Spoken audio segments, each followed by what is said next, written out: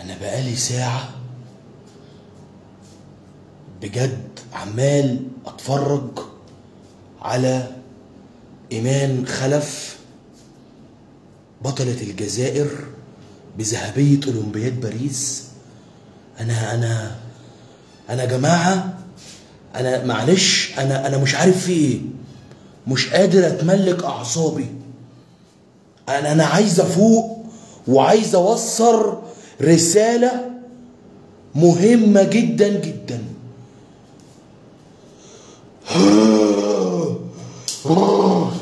عايز افوق يا جماعة، بجد لازم افوق. انا اسف على المنظر اللي انتوا هتشوفوه ده.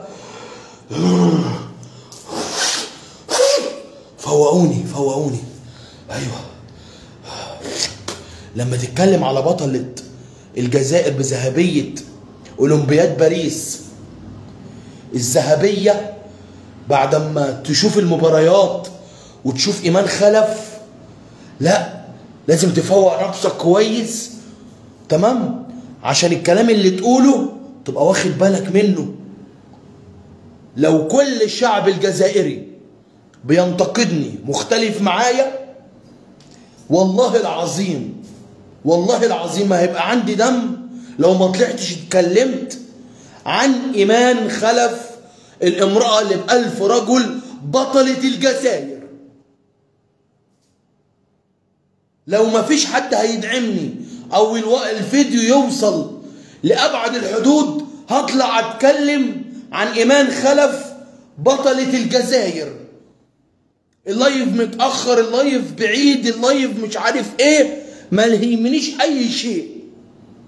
انا الاول مرة اتابع بطلة، اتابع بطولة، اتابع انتقادات، خلافات، هجوم بالشكل ده، وابقى فخور ان انا في يوم من الايام حضرت تاريخ ايمان خلف.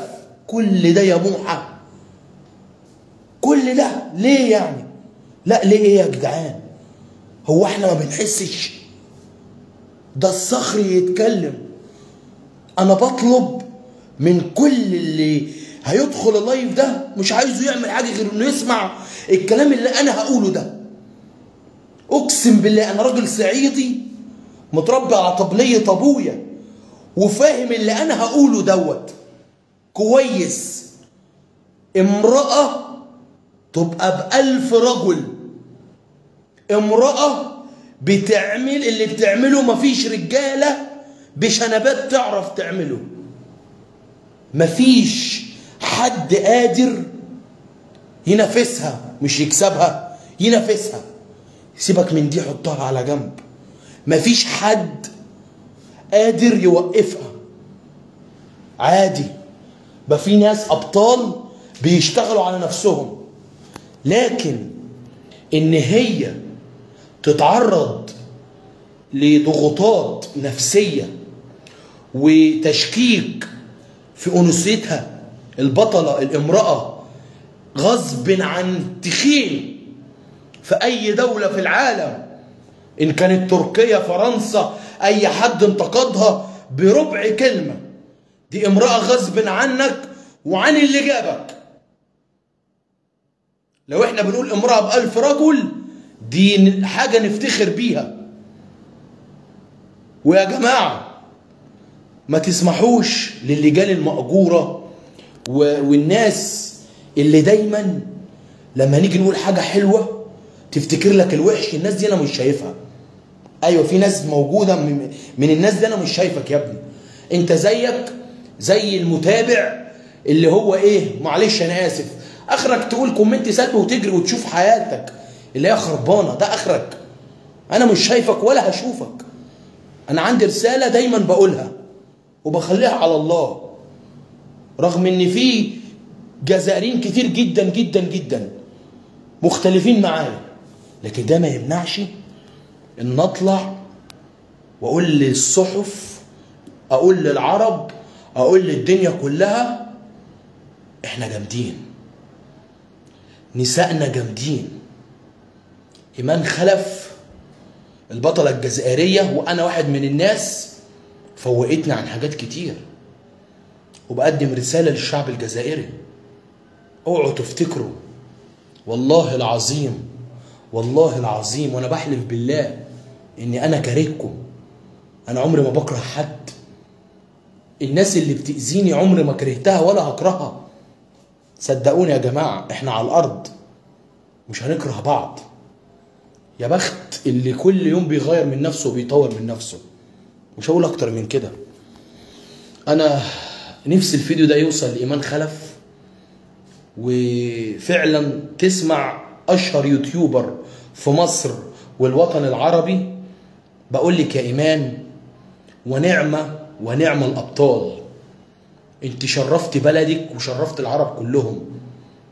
يا امرأة، يا قوية، يا وش السعادة، يا بلطوزر القوة، يا ملكة الجدعنة، يا ملكة الثبات. قول زي ما انت عايز تقول، قول. دي مش بطلة ملاكمة وبس، لا دي بطلة ثبات، بطلة مبادئ، بطلة ازاي تفرح شعبها اللي وثق فيها ومدربها وكل حد اتكلم عنها. ايه يا موحى؟ كل ده عشان خاطر ايمان خلف بطلة الجزائر. ويعجز لساني عن كلام كتير جدا جدا نفسي اقوله. انا ايمان خلف دي لو قدامي والله العظيم، خدوها عليا سكرين، ايمان خلف بطلة الجزائر دي لو قدامي هعمل لها تعظيم سلام.